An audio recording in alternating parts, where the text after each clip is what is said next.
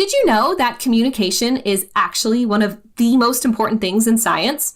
As we discover cool things, we need to be able to share them with others. And when we're talking about data and measurements with other scientists, we need to make sure we're on the same page. So, how do we do that? Well, one of the ways is to use units.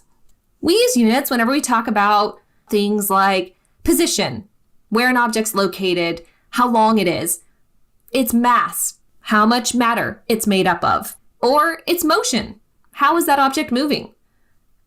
You probably hear units every day.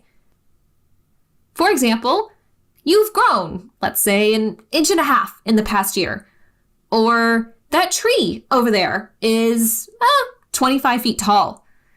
And maybe you went swimming in a 25-meter pool. And we're just going to pretend that the pool is a rectangle because, as you can tell from my tree, my artistic skills are not that great. Anyway, this brings up a super important point about why we use units. I just used 3 examples of length measurements with 3 different units: inches, feet, and meters. Imagine if I didn't attach a unit to any of these measurements. You grew 1.5, what? Meters? Whoa! 1.5 hands? Well, whose hands?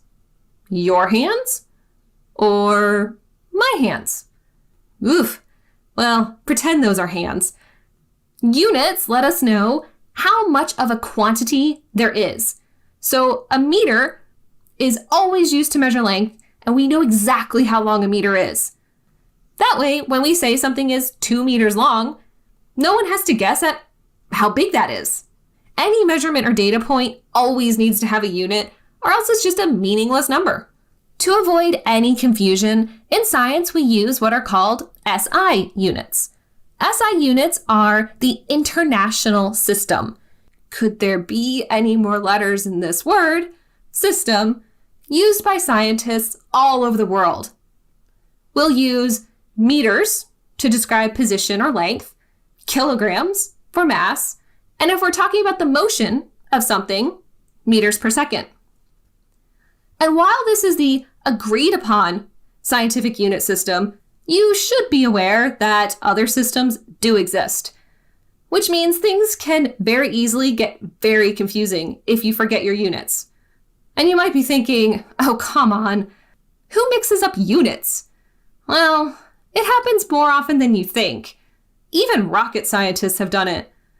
I mean, a Mars orbiter actually crashed due to a mix-up in units. No, seriously, that actually happened. Look it up.